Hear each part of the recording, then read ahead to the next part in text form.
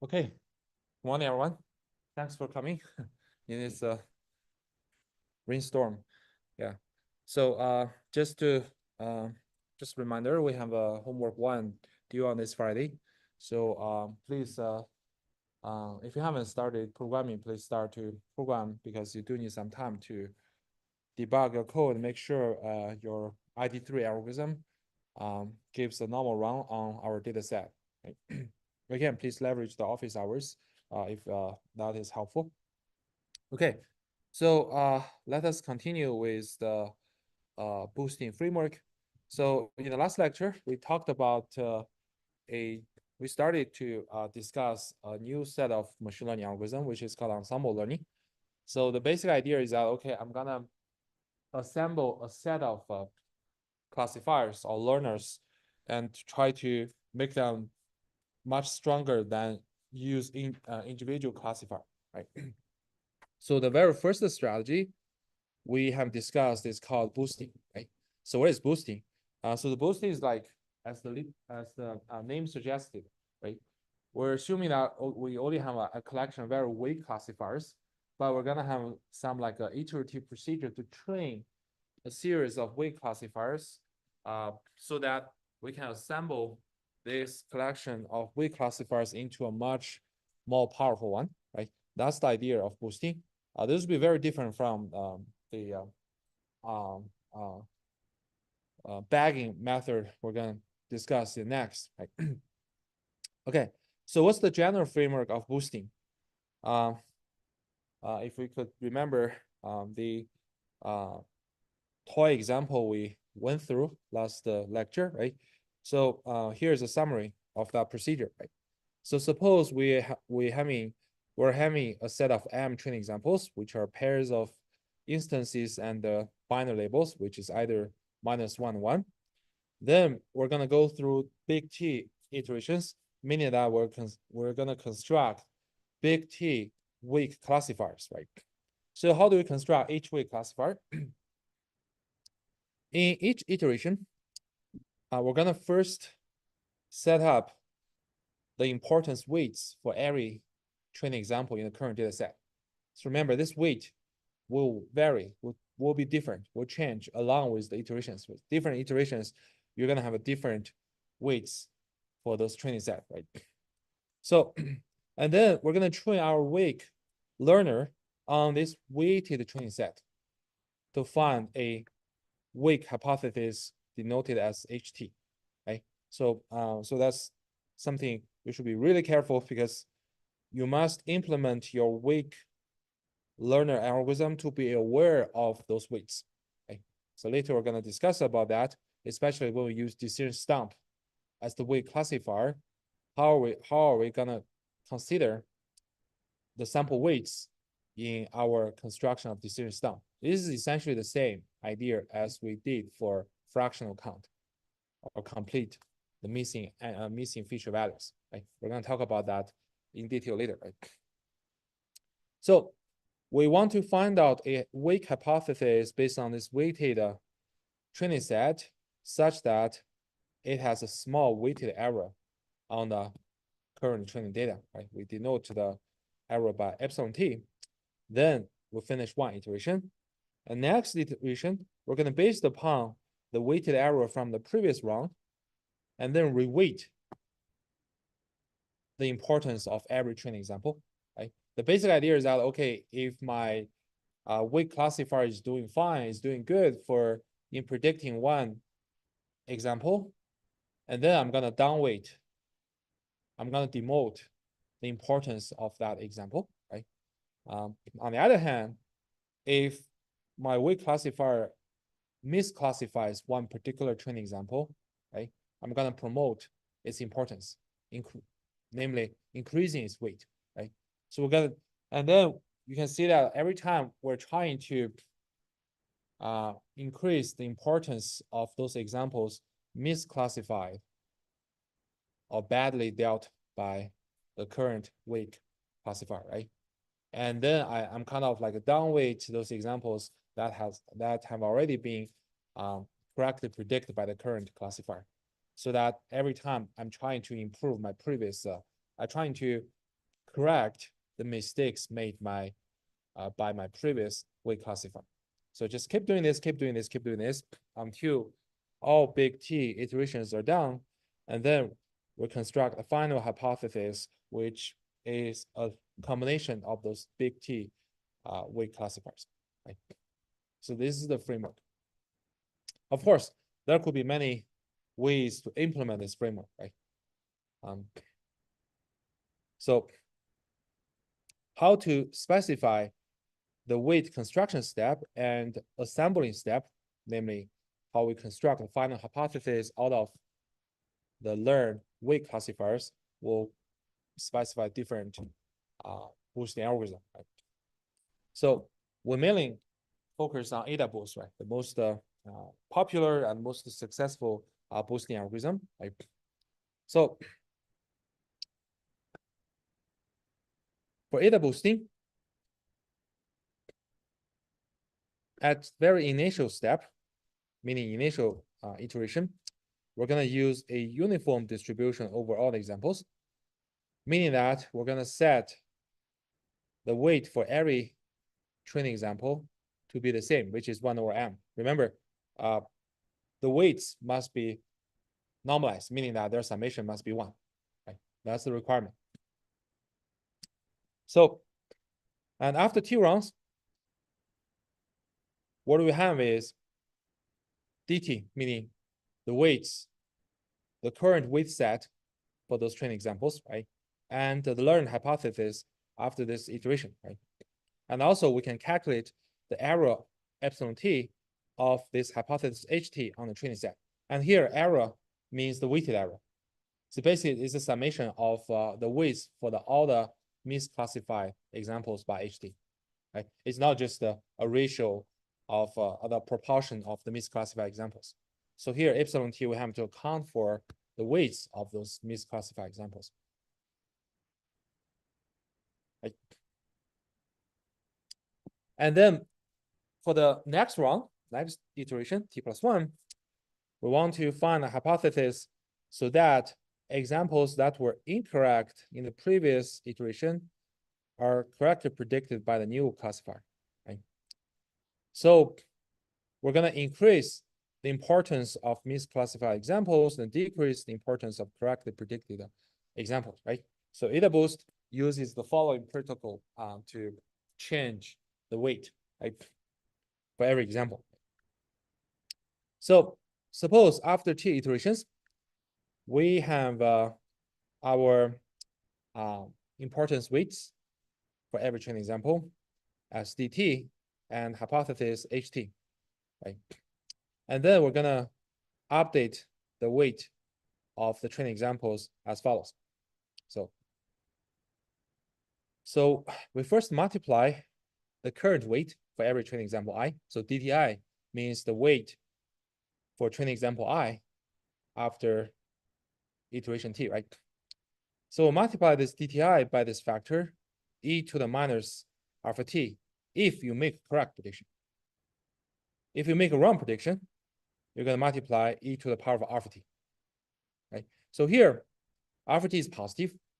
So we can imagine that if you make a correct prediction, so e to the minus alpha t will be less than 1, right? So you're going to downweight the example as compared with the previous weight dti, right? You multiply dti with some fraction, right? On the other side, right, if you make a wrong prediction, namely your prediction yi is not equal to h of ti, ht of xi, you're going to multiply the original weight by e to the power of alpha t. So because alpha t is bigger than 0, so we know that this exponential term will be bigger than 1, right? So that's the way you kind of amplify the importance as compared with the previous weight, right? And someone will ask, what does zt mean? Zt is simply a normalization factor.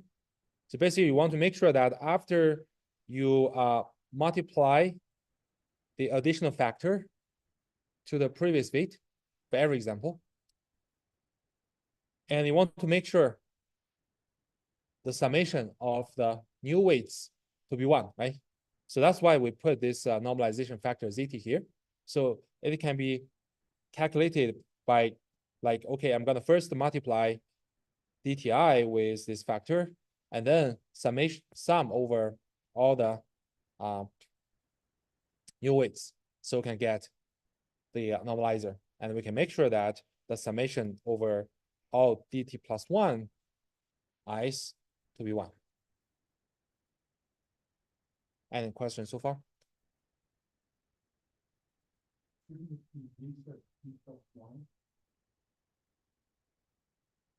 You mean this one? DT plus 1? Yeah, if yeah, if you use ZT plus 1, yeah, that might be better. Right? Because but this is like from the original inner boost algorithm, their notation, because they believe that ZT is also computed based upon DTI and also the error factor. This error factor is computed based on T surround as well. That's why they choose ZT, but you can use ZT plus 1 for sure.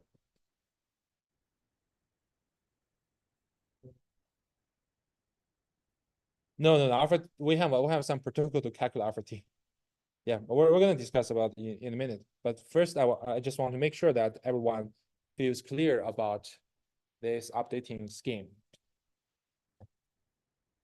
Okay, so we can just summarize or unify these two types of factors into one by using this factor instead. So we can write this additional factor as e to the minus alpha t multiplying with the product of yi and the prediction ht of xi.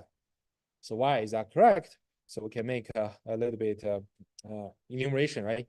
So first, if our prediction is correct, then we know this product must be positive 1, right? Because no matter yi is 1 or minus 1, ht of xi will be the same, right? So the product is always 1, right? On the other hand, if you make a okay, in this case, like it corresponds to the first case, right? E to the power minus alpha t, right? You're kind of demote the example, right? On the other hand, if you make a wrong prediction, right? So that means the sign of yi and ht of xi will always be opposite, right? So the product will always be negative 1. So negative, you recover the second factor, right? So in this way, we can use one simple formula to summarize two cases. So this trick is we're gonna say it again and again throughout our semester, right? Okay. So, and again, the most convenient way to calculate this normalization factor is that, okay, I'm gonna first multiply those factor for every example, and then you just add it up,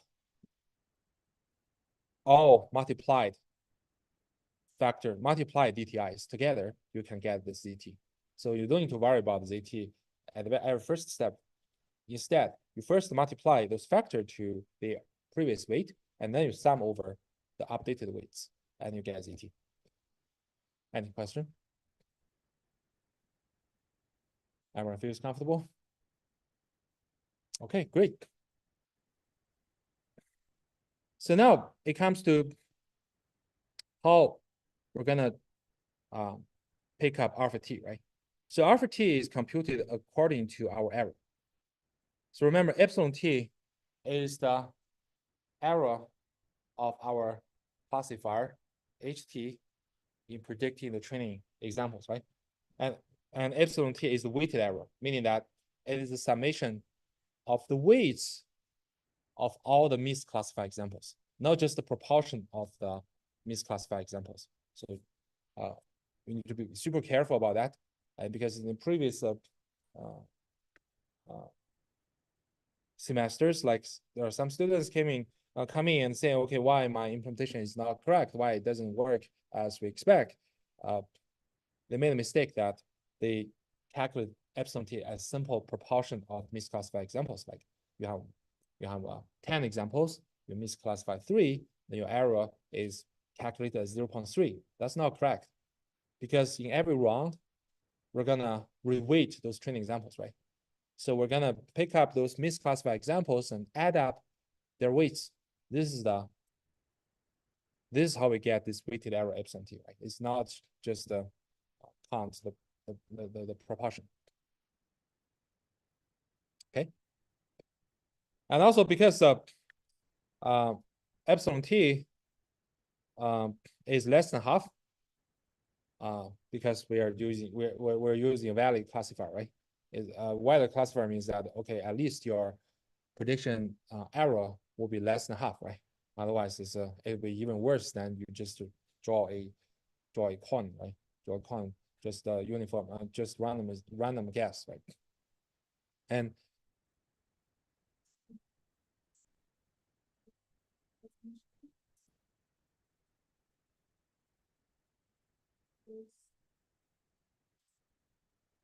yeah,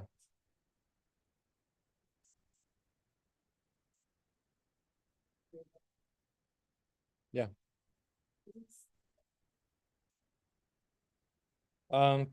So first the weight is normalized. So meaning the summation of all the weights across the whole training set will be 1. So it's not like 1, 2, 3.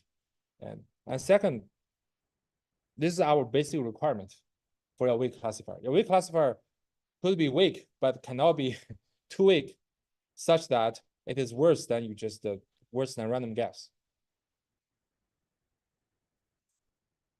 Yeah, but it's still a weighted error, right? It's less than 1 for sure, right? Yeah, it's less than 1 for sure. So you're asking a practical question. What if, say, I run ADA boosting and found out at some step my epsilon t is bigger than half? If that's the case, you have to stop the algorithm, right? That's the practical concern. Although in practice this is kind of like rare, but to make your algorithm to be more robust, you have to stop your algorithm. Otherwise, your alpha t will be negative, right? And that's from the practice perspective, right? But from theoretical perspective, all the conclusions regarding AdaBoost are based on assumption that your classifier, no matter in what kind of weighted situations, at least you are better than half. Yeah. Okay.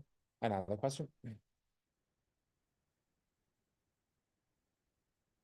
Okay. So as long as our weight classifier performs better than random guess, we should expect that the weighted error is less than half. And then we know this alpha t, which is log ratio between 1 minus epsilon t and epsilon t will be bigger than 0, right? So this alpha t is guaranteed to be bigger than 0. But as some of you have pointed out, what if by chance, right? Because you never know the practical world, the real world, right? If you do have some case like your weight classifiers give bad performance bigger than half, then you should stop your classifier, right? Okay. And this alpha t not only used to change the weight of the training examples along with more and more iterations, but also serve as the vote in our final hypothesis generation, right? So remember, in the general boosting algorithm framework, once we have a finished construction of set of weight classifiers, we have a very last step, which is to assemble those weight classifiers into our final hypothesis, right? So in the AdaBoost, right, we're gonna just assign a vote alpha t. This alpha t is the same as the alpha t used to update the training examples weights, right? We're gonna use this as the vote for the prediction of each weight classifier. Then we just add them together, meaning that we're gonna compute the total votes for positive examples, positive prediction, and negative prediction, and find out who is better, right? Who is more, right? So you can imagine, because ht of x, right, for every weight classifier, it is either output 1 or -1, right? So the sign of this summation, it basically suggests which labels total votes is more, right? If you have positive, if the sign is positive, meaning it's 1, that means like, okay, you have more votes for positive prediction, right? If the sign is negative, and -1 means that you have more votes for the negative prediction. And then we use those final votes, their computation results as our prediction. Okay, so far, any question regarding those algorithm details?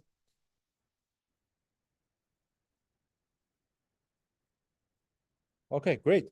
So now we're gonna give a full algorithm table, right, for AdaBoost, right?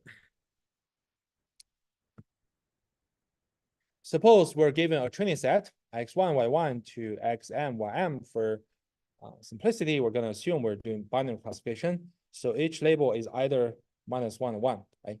So we need to choose big T, meaning the number of iterations, or in other words, the number of weight classifiers we want to construct. Like, and at very first step, we're going to initialize the weight of each training example as 1 over m. M here is the total number of training examples, meaning that we treat every training example to be equally important, right? And then we go through big T iterations. We sequentially go through big T iterations. Right? In each iteration, we train a weight classifier HT, whose weighted classification error is better than chance, meaning that it's bigger than half. Right? And then we compute its vote, alpha T, based upon the weighted training error of HT, which is half logarithm 1 minus epsilon T over epsilon T. Right? And we also use those vote alpha T to update the weights for training examples following this formula, right? And then once we have got the new weights for the training examples, we proceed to the next iteration, and we train a next weight classifier who wants to correctly predict those highly weighted, more weighted training examples, right? And keep doing this until we finish all the finished construction of all the big T classifiers. And then we assemble them through a linear combination, and the vote for each classifier is computed as alpha T, right? And then we for any prediction, we just pick up the label who has the bigger total votes. Okay, any question?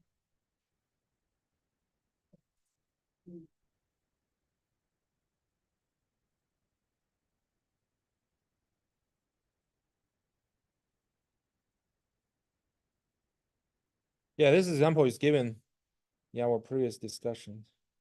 So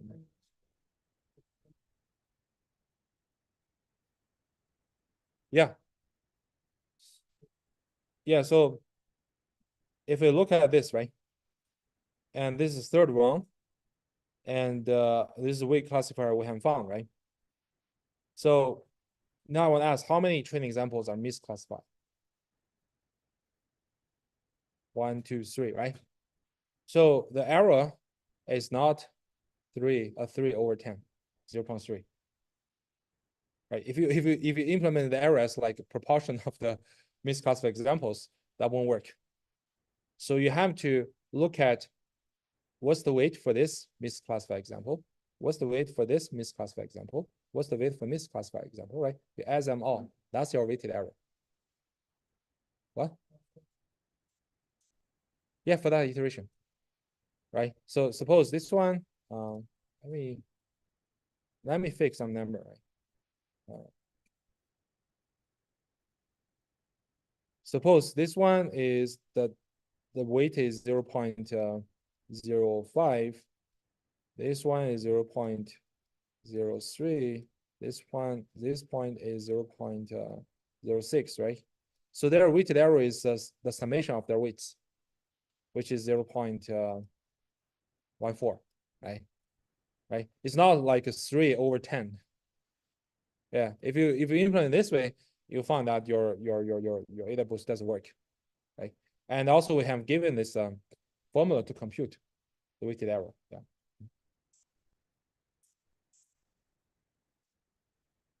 No, it's not necessary. It can vary. Yeah, it depends on iteration, right?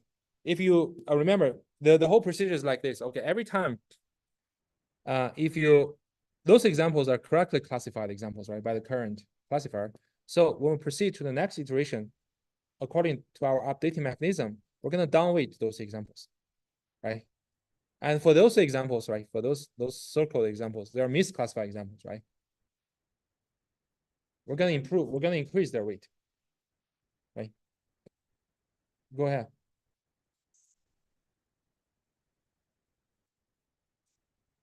Yeah, this is the same error, but the factor you're multiplying could vary, right?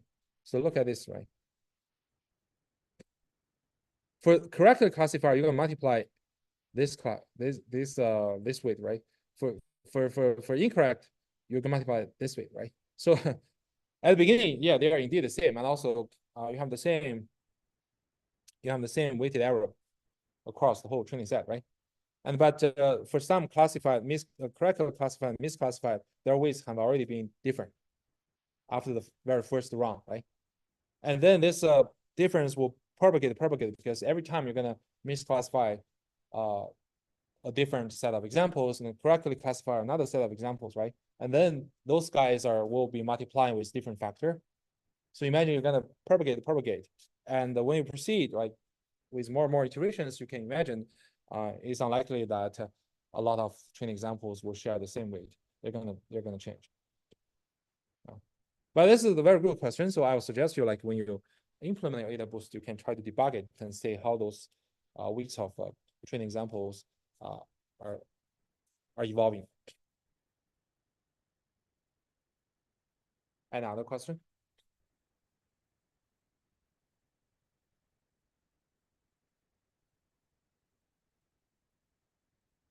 Okay, so this is a very important algorithm table because this is the reference you use to implement AdaBoost in our homework too.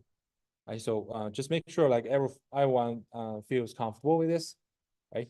And I want to emphasize the nuance or subtleties again here. Like first, the error epsilon t is the weighted error, and you should use the formula we have given in the lecture to calculate that. Or in other words, like you just look at every misclassified example and add up their weights, right? Not just count the ratio of misclassified examples, right? This is a very important step. And then use this weighted error to get this alpha t, this vote, right? And then you shove them into the updating of the weight for the for every training example and prepare for the next iteration. And just doing this again and again. And finally, remember when we assemble those weight classifiers, we're going to use those both again.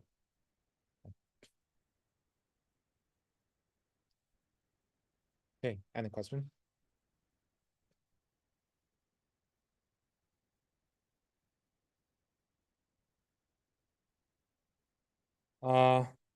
You mean the error is 0? Alpha t?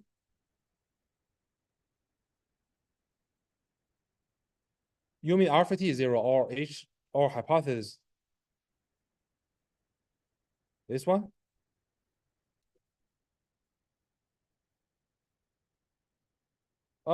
It's not possible to be 0. HT of X is either giving you 1 or -1. So because this is a classifier, you're required to give you a label. No. It's because HT is a classifier, like a decision tree, right? You must give me either 1 or a -1. You cannot just give me 0. 0 is not a label, right? It's not a label we want to see, right? Other questions? Okay, perfect. So back to the toy example, right? If you could remember, we have obtained 3 weight classifiers through 3 iterations, right? 2 vertical and 1 horizontal classifiers, right? And we have their votes. If we assemble them through this linear combination, you will see the classification boundary is like this, right? So this lines and this lines and this lines, right? So you can see that even the weight classifiers are simple, pretty simple.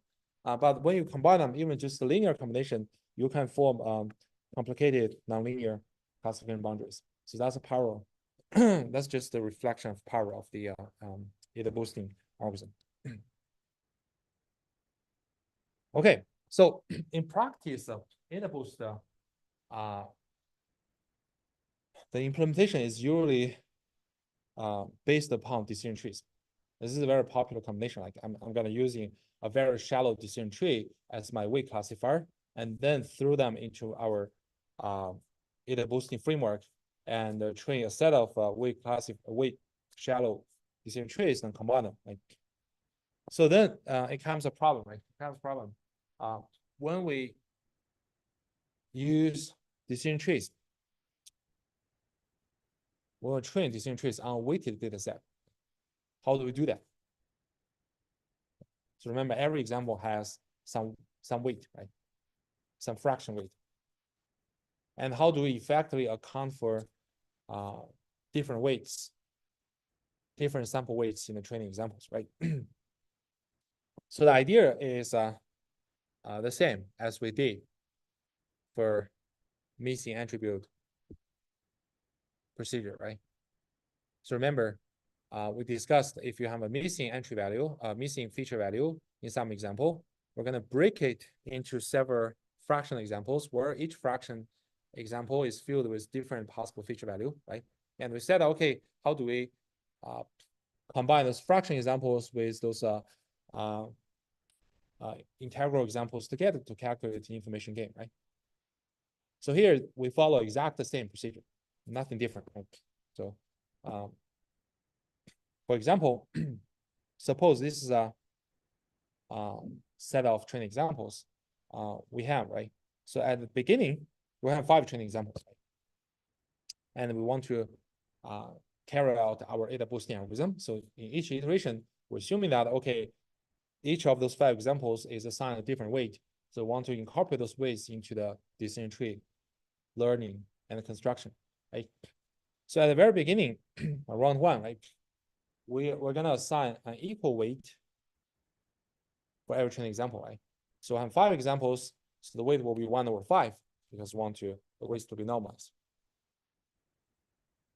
Does it make sense? Right? And then we need to calculate information gain, right? We need to calculate information gain. We need to rank the features according to the information gain, decide which feature would we use to split data set and to grow the tree, right? So we need to calculate information gain, and which is based upon the P positive and P negative, right? P positive is the positive ratio and P negative is the negative ratio. So the P positive is just a summation of the weights of positive examples. So I have 3 positive examples. Each example is weighted as 1/5, so their summation is 3/5. So P negative is 2/5, right? And then you just use P positive, P negative to calculate entropy. Does it make sense? Right? And of course, if you split data into subsets, right, you have the weights for each subset, and you can calculate P positive and P negative, and then calculate entropy and so on. Okay? It's the same as the fraction examples we met before. And say after round 2, we'll proceed round 2, right? And because of the weighted error, we have to update the sum of the example weights, right? So suppose these are updated results, right? It turns out that we have a example 1 with a new weight 2/8, 2 1/8, 3 1/8, 4 3/8, 5 1/8, right? So you can see the weight has changed, right? And now when we run our decision tree learning again to construct the second classifier, we're going to recalculate the P positive and P negative stuff, right? So the P positive, what is P positive right now?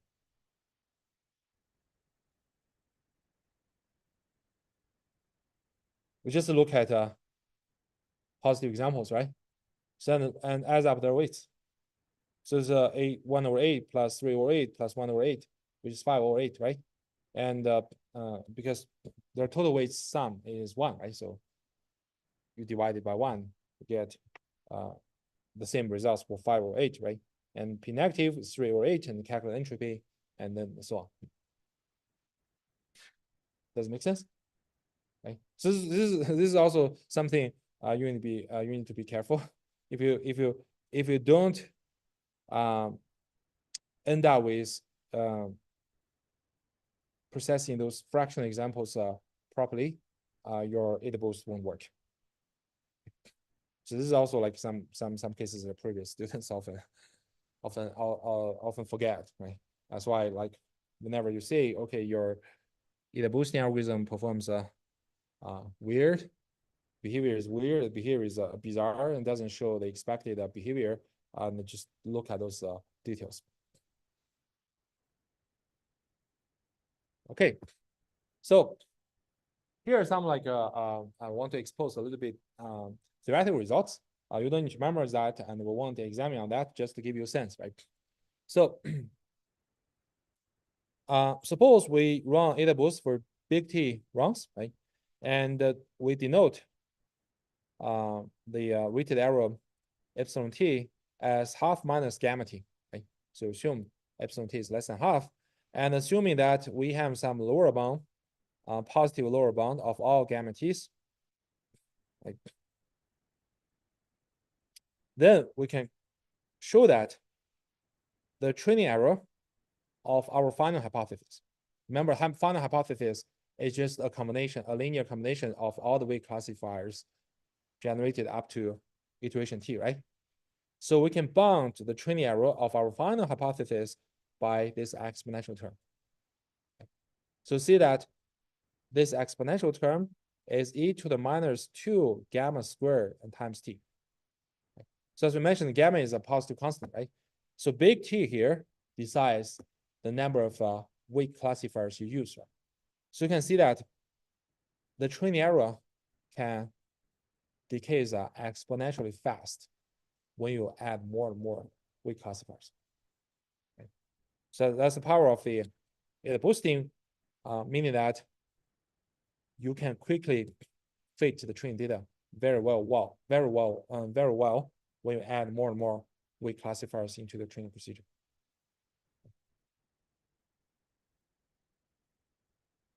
As T increases, the training error drops exponentially. So in fact, this this proof is pretty simple. It's just use basic statistics and probability inequalities. So we'll leave the proof in our course website. We will leave some link to that. If you're interested, you can take a look, but it's not required. It's up to you. Okay. So from this theorem, we can observe that as long as we run enough number of the iterations, we can almost perfectly fit the training data, right? You can imagine the training error could be very close to 0, right? So that leads to another concern, right? So here is a typical behavior of AdaBoosting algorithm in practice. So this blue line represents training error. So x-axis represents number of iterations. So typically you will see that number of along with number of iteration goes, right, increases, your training error drops very fast. So exponentially fast. Right?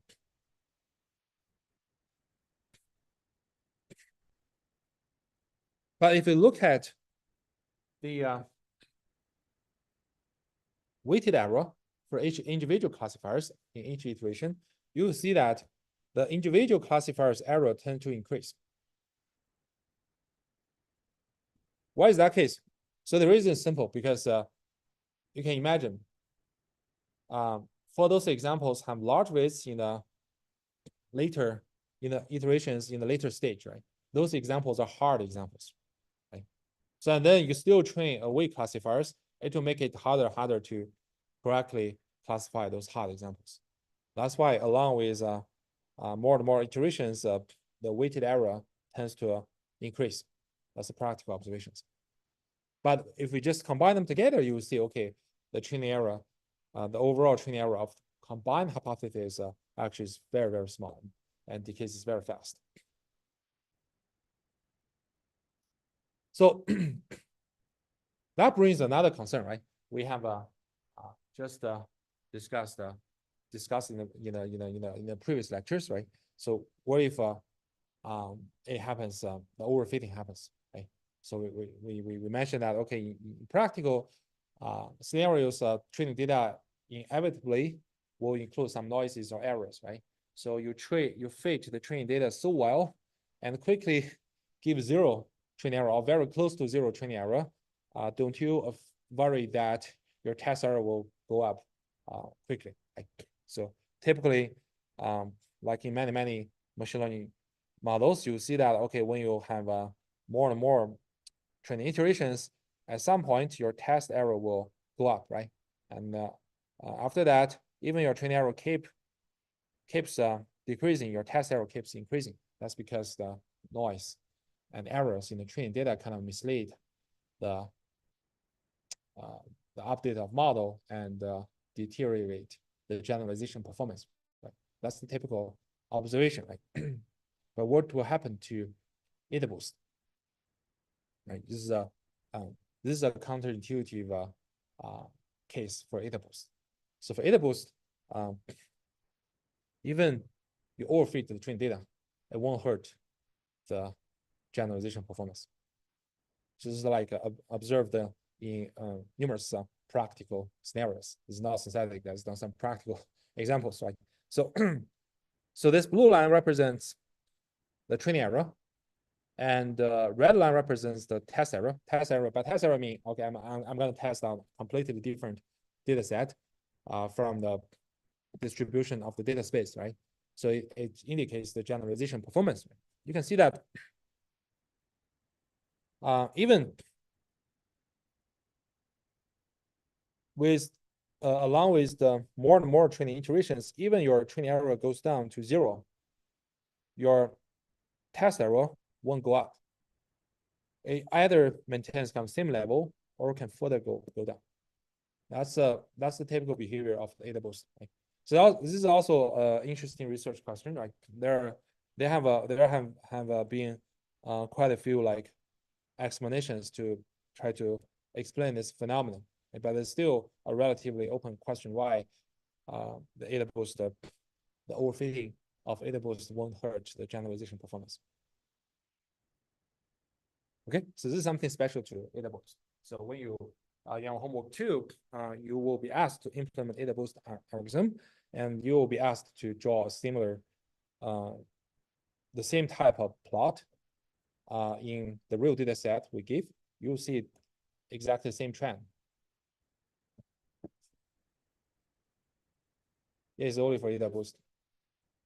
Oh, it's mainly known for AdaBoost. Right. And for other boosting algorithms, well, I need to check the literature, but it's well known for AdaBoost behavior. Yeah. Another question. Okay, so just just keep it in mind, right? And in your homework, try to replicate this phenomenon. It's very interesting. Okay, so now we have finished the discussion about AdaBoost. Right? So what's good about it? Right?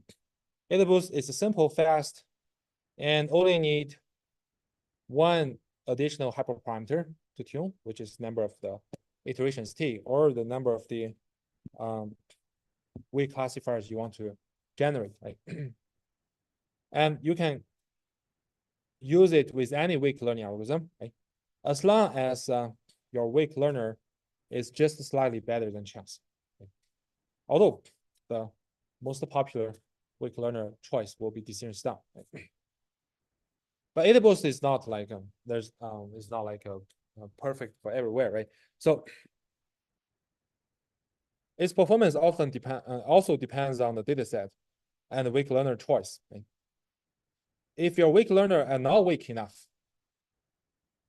it might, for example, it is too complex, then it will fail. It's yeah, it's strange. Like if you want to run AdaBoost, you must make sure your weak learner are weak enough. It cannot be strong. If it's strong, it doesn't work. Right? But if your weak learner is too weak, for example, it is even weaker than a random guess, it will fail as well.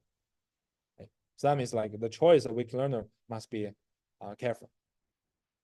Many classifiers which might not be that weak, and if you use it and throw it into ADA boosting framework, it might not work as you expect. Okay. Empirical evidence shows that the decision stumps are perhaps the best weak learner approach. So what's the decision stump?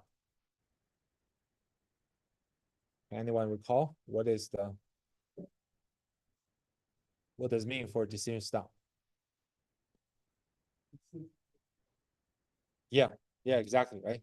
So it's the simplest decision tree where I'm just extra grow for one layer, meaning I'm gonna just pick up one attribute to split the data set, and then that's it. And in practice, like this is the most popular choice of the weak learner, and employed in ADA boosting training algorithm. It has been this kind of ADA boost has been applied everywhere. Okay, so far we have finished the discussion of ADA boost. Any question?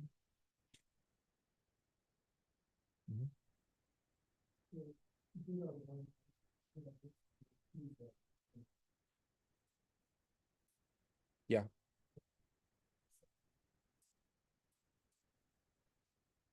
Disadvantage, as we mentioned, if your choice of weak classifier is not appropriate, it's not good, it won't work as you expect. It won't work that well.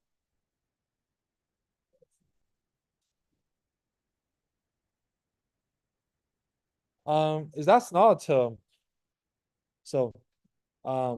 so T is something like you have to choose depending on the applications.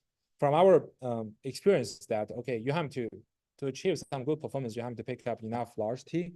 But after you pick up enough large, if you keep increasing T, that won't help. But that won't decrease your error, decrease your accuracy. But if you add even more, that won't help. Any other questions?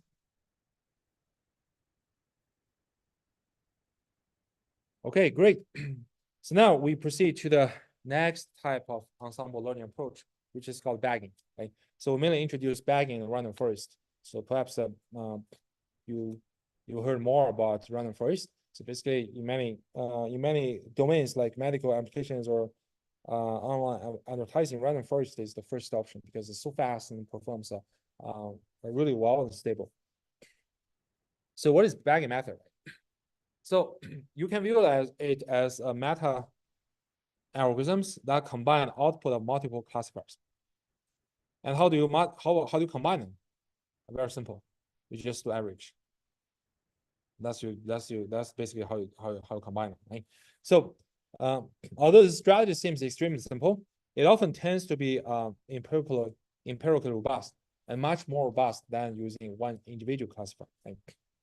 This is one example. As an old example, like in 2009, the winner of the 1 million Netflix prize in 2009 was a giant ensemble method of a lot of like strong classifiers. Okay, so what is the framework for bagging? So here's a general algorithm framework for bagging, and bagging is short for bootstrap aggregation. So suppose we have a training set with M examples. Like ADA boost, we're gonna repeat this for big T iterations. But inside each iteration, I'm gonna draw M prime samples uniformly with replacement from the training set. So basically, you can view like training set as some kind of data source. And then I just randomly draw another set of examples out of this data source. And I'm doing uniformly with replacement. What does it mean? What does it imply? Yes, that is meaning of the uniformly sampling with replacement, right? So you could have like, you probably will have like a duplicated examples in your training set, right? So here's some concrete case, right? Concrete example. So suppose I have my data set x1 to x5, right? So if I pick up my m prime equals to 5, right? And you resample examples uniformly with replacement, because every time you sample it, you put it back in your data source and sample again. So there could be probably one example to be sampled for twice, right? For example, in our first sample set, it could be x1, x1, x2, x4, x2, right? Second set could be x2, x2, x3, x4, x5. Third one could be x1, 3, 5, 5, 4. So there could be some like duplication. So this is called uniformly with replacement. So what is it?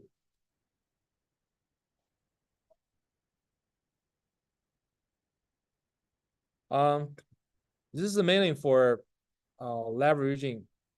maximally leveraging the data information.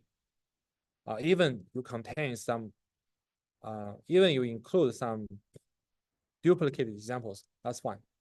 Because in the proof of the bagging,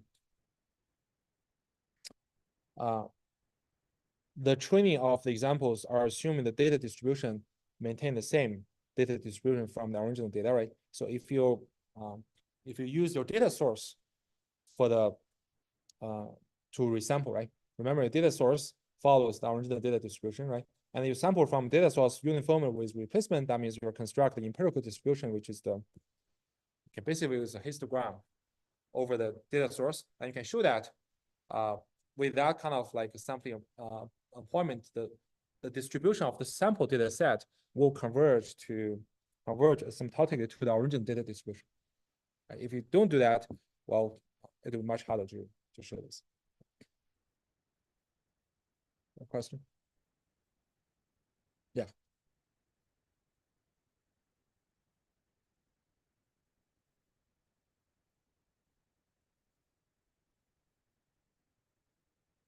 Mm-hmm.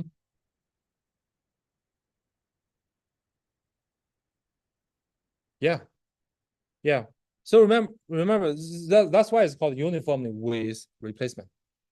Like I have 1/5 chance to pick up x1. And next time I still have 1/5 chance to pick up x1. It's not like okay, I pick up x1 and I discard it. And I can only sample from the remaining. No, it's not like that. Right. So that's why you have chance to have duplicated examples. And when the number of the resampled training examples M prime is exactly the same as the original data size, then your sampled training set is called bootstrap sample. Like if you have taken some statistics course before, you might have heard of this concept. It's called bootstrapping. Okay. And and whichever case, you can pick up your M prime to be M, so that you have a bootstrap of the original train data, or you can pick up smaller. That's fine, right? And then after that, we're gonna train a classifier using any classifier, using any machine learning models. You can train a classifier, which we denote by CI, right? And that's it. And then you just keep doing this for big T iterations. You have a big T classifiers. And then your final classifier is simply take the average of the prediction made by those classifiers. Like meaning if you are doing classification, you just look at the vote, right? There's no weighted votes. It's just equal votes. And just like suppose you have 100 such classifiers, you just look at how many classifiers predict positive, how many negative, and pick up the one who has more predictions, right? And if you're doing regression, you're just doing literally doing average of the prediction made by every classifier, no regressor. And that's it. So any question regarding the algorithm procedure? It's actually even simpler than ADA boosting. Everyone's comfortable? Okay, so here I want to ask a question. Compared to AdaBoost, right? Just from the execution of the algorithm, what's the benefit of doing bagging?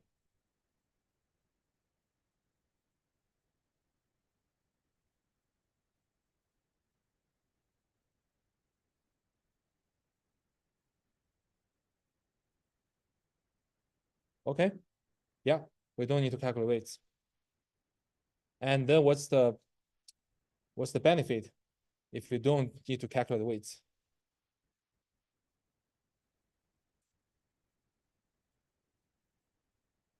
Yeah, less expensive, and also brings up some possibility of doing parallel computation, right?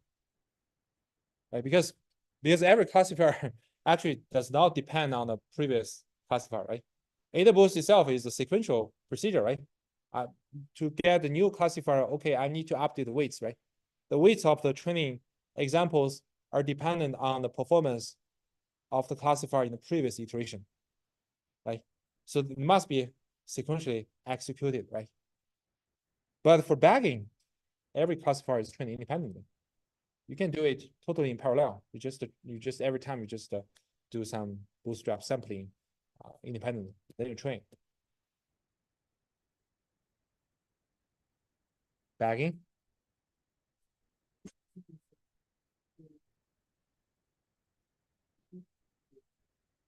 Yeah, but you will see that bagging still has a better generalization performance, which we're gonna analyze it later.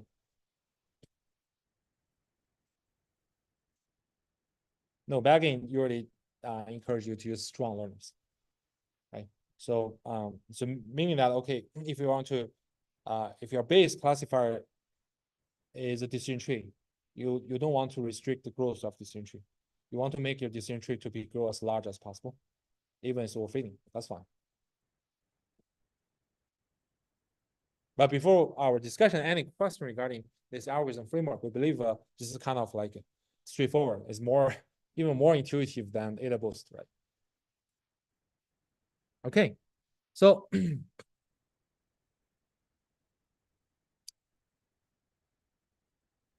so to summarize, bagging is a method for generating multiple versions of a classifier or predictor, and using this to get an aggregated predictor, right?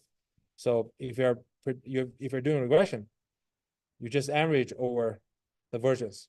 If you're doing the classification, you just does the Clara vote, right? And those multiple versions of the same model, same algorithm, are constructed by making bootstrap replicates of the learning set, training set, and using them as and use them to train different version, right? And test on real and simulated data set using either classification or regression trees show that the bagging can give substantial gains in accuracy, right? But here comes a problem, right? Why bagging can improve, right? So we're gonna first illustrate it from the intuition. So imagine you have a strong classifier like decision tree, meaning that it tends to overfit data, right? And the benefit of such strong classifier is that no matter what kind of challenge data set you give it, it always try to expand the tree so that it can fit the data very well, right? But it also causes the instability, meaning that if your data change a little bit, your tree might have a substantial change in terms of structure, in terms of branches, and so on, right? It's very, very unstable, right? So actually, the overfitting issue, the harm of the overfitting issues partly come from this instability, right? Because some kind of noises, right? Some kind of incorrect labels in the data will cause a very large alternation of the tree structure, which kind of like deteriorate the performance in terms of generalization error, right? And then what if we just train a large collection of decision trees, right? Each tree can be growing as large as possible. Then we do the average, right? What's the intuition of doing this? What's the benefit of doing this?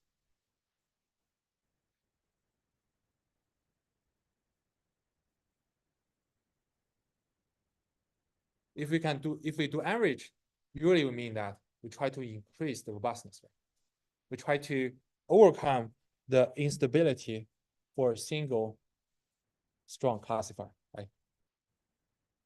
And we hope that, okay, not that one tree could be very sensitive to the data noises and performs badly, right, due to some small perturbation of the data, right?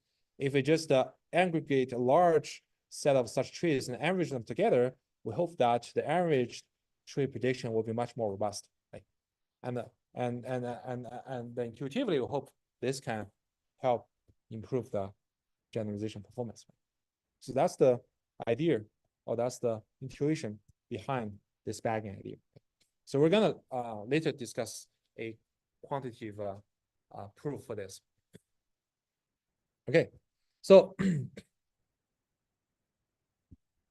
so here is the bagged decision tree pseudocode. So you're gonna implement your bagged trees, your bagged decision tree in this way, right? But it's pretty straightforward. So let me just rephrase them, right? So given a training set with m examples, we repeat this procedure for big T iterations. In each iteration, we draw m examples uniformly with replacement from the training set.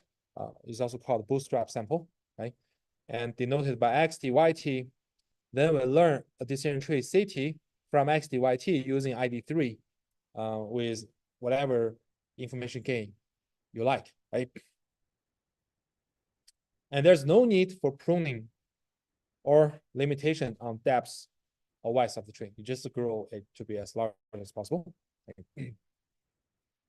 So once you finish the running of the bagged running of these big T iterations, right? And we just collect those T trees and vote or aggregate the T predictions for classification or regression respectively. That's the whole algorithm framework. Any question? Okay, so now let us try to analyze, right? Why this simple and intuitive algorithm like this is really there's nothing difficult in implementing this, right? What you do is okay, you just draw bootstrap sample, right? Doing uniform with replacement sampling, right? Construct new data set and then throw it into your ID3 algorithm, and that's it. And then you run this for a bunch of times and collection a bunch of trees and doing aggregation. Well, why does this seemingly simple naive algorithm works so well in practice, right? So here we'll give some like a theoretical justification. So for simplicity, we're considering the regression case. So suppose our training data set is D, and we run our decision tree or any other strong regressor, right? On D, we find a predictor or hypothesis, which we denote as H, right? And the ground truth the ground truth function or target function is F, right? So now, suppose we randomly draw a new test example X star from the data distribution, right? So we want to look at what's the error of our learned hypothesis H in predicting X star. Right? So doing this, we're going to use this squared error as the measurement, right? So basically, we calculate the squared difference between your ground truth label and the prediction made by H, right? And because we want to look at every possible instance in instance space, so we're going to take expectation over the data distribution. Does it make sense? Right. So now, let us do a little bit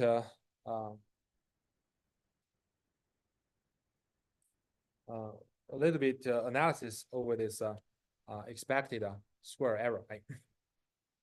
So we know inside this expectation, right? It's a square, right? It's a square error. It's fx star subtracted by a prediction h of x star, right? So we're gonna subtract this expectation and plus this expectation inside this square bracket. And this doesn't change anything, right? Because we subtract fx star by this expectation of your prediction, h x star, and add back this, right? So you see, this term is simply 0, right? And then we do some kind of square expansion, right? We do some expansions from our grade 6 or grade 7, right? Everybody knows how to do that, right? So we can get 3 terms, right? The first term is the square of this guy, right? The second term is square of this guy. First term is square of this guy. The second term is square of this guy, right? It's right in here. And the third term is cross product, right? The cross product 2 times this guy and this guy, right? Okay, so let us look at the cross product term. What we can observe immediately is this cross product term is simply 0. Why is that the case?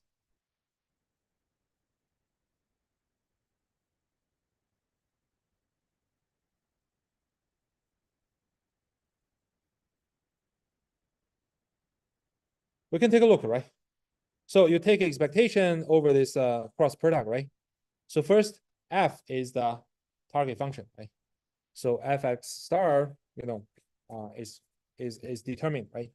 And expectation of your prediction on the D is constant as well, because your prediction h over x star, of course, is random, because x star is a random sample drawing from data distribution. But now you take expectation, it doesn't change, right? And now if you take a look at the other term here, so this guy is the expectation over hx star subtracted by hx star. Okay. So what's the result? It's 0, right?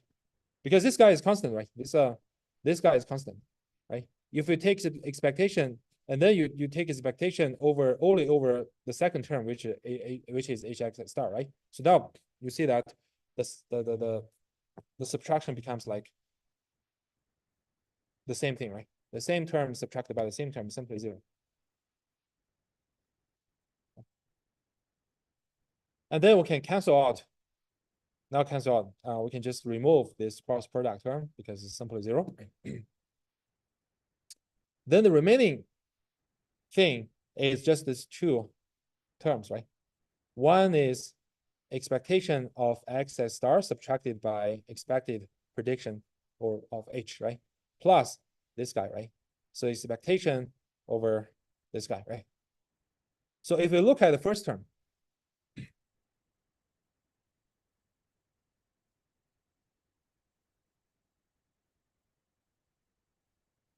so this is a expectation over your prediction, so it's fixed, right? So you're only need to take expectation over x star.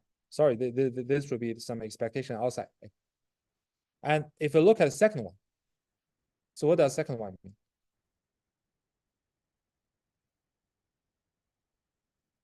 It's a variance, right? It's the definition of variance. Remember, it's the definition. This is what we have reviewed in our homework 0, right? The definition of variance. So you can see that actually. So let me put expectation t here to make sure everything is correct. So actually, our expected square error, which indicates the generalization performance, can be decomposed as 2 terms. One is on expectation. How is our prediction? Is deviates from the ground truth prediction, right? Second is actually is nothing to do with the ground truth label. It actually only depends on the nature of H. It depends on the variance of your classifier. Remember, H is up to your learning algorithm, right? If you have a very strong, very complex learning classifier, every time it wants to fit the data very well, like decision tree, then the variance will be quite large, right? Why? Because you can imagine variance indicates like when you have a how how fiercely, how crazily your classifier will vary according to different data, right? So decision tree, we know, okay, it kind of fit data so well, it can overfit data. So every perturbation, small perturbation of data could change the decision tree itself dramatically. So typically, the variance of decision tree is large. Right? On the other hand, remember decision tree overfit data, right? So if we look at on average how well it will recover the label, it performs pretty good because it's a strong classifier. So this term, which we call bias term, will be small. So you can see that this is a typical trade-off, right? It's called a bias variance trade-off. Right? So your generalization error actually can be decomposed as a bias term and a variance term, as there's no free lunch for every possible classifier.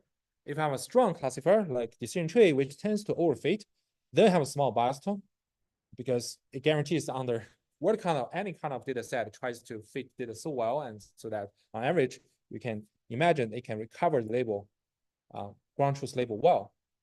But the price is because it's so unstable, right? Any perturbation and the small change of data can cause a large change of the learned model itself, so the variance will be large. And the overall won't be always guaranteed to be the smallest generalization error, right? On the other hand, if you have a simple classifier, like linear regression or linear classifiers, which we'll discuss later, right? Because those kind of classifier is relatively weak, it won't guarantee like zero training error, right?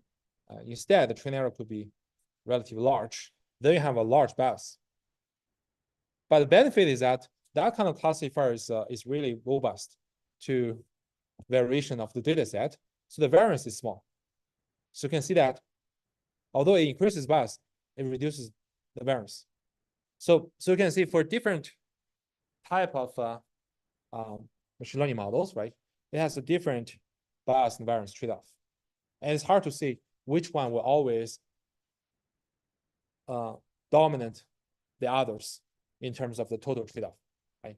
So, so that's the well-known effect and how the model complexity affects the generalization performance. It's not, and it kind of explain why, like, it's not like, okay, the more complex the model we have, the better generalization performance, because even you don't have any noise in the data, right? And your variance, your internal inherent variance structure of your classifier will also kind of deteriorate your generalization performance.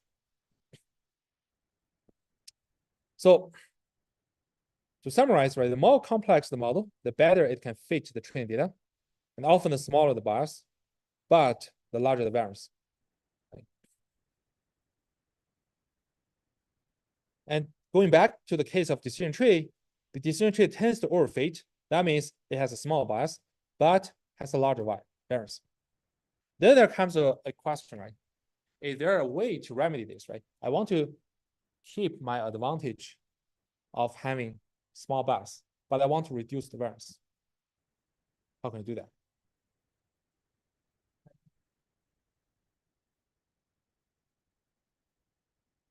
Yeah, here it comes out, right? So now that one decision tree has a larger variance, right? Why not I just average a set of decision trees, right? And we know that from a set of independent random variables, I do the average, I can always effectively reduce the variance, right? So the same idea applies to here. So why not I just train a collection 100 decision trees, right? I do the average, that won't change my bias because you do the average of a set of ID random variables, it won't change the mean, right?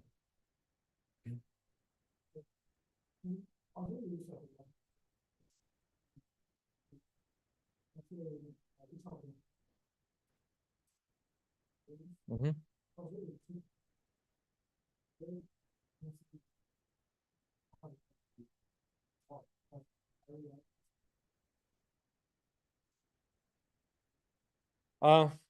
We can think about this one. Suppose you have n random variables, right?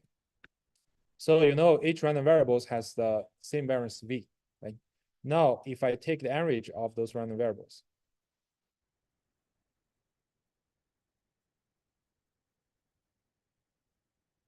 what's the variance?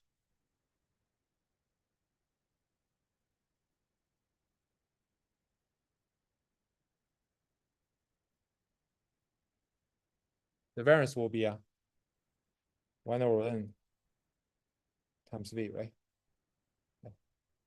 That's how intuitively you're doing average can effectively reduce the variance. Right? But if you're doing, and what's the expectation, right? The expectation of average is a set of ID random variables won't change the expectation. So that means if you do average, it won't change the bias. It will maintain the same bias, right? But you do the average, you can largely reduce the variance. It depends on how many trees you're going to use, right? The larger, the better, right? The more, the better. And that's why overall, by using this backend strategy, we can substantially reduce the variance and so as to reduce the whole generalization error. Okay, let's stop here today. So we're gonna continue our discussion on Thursday.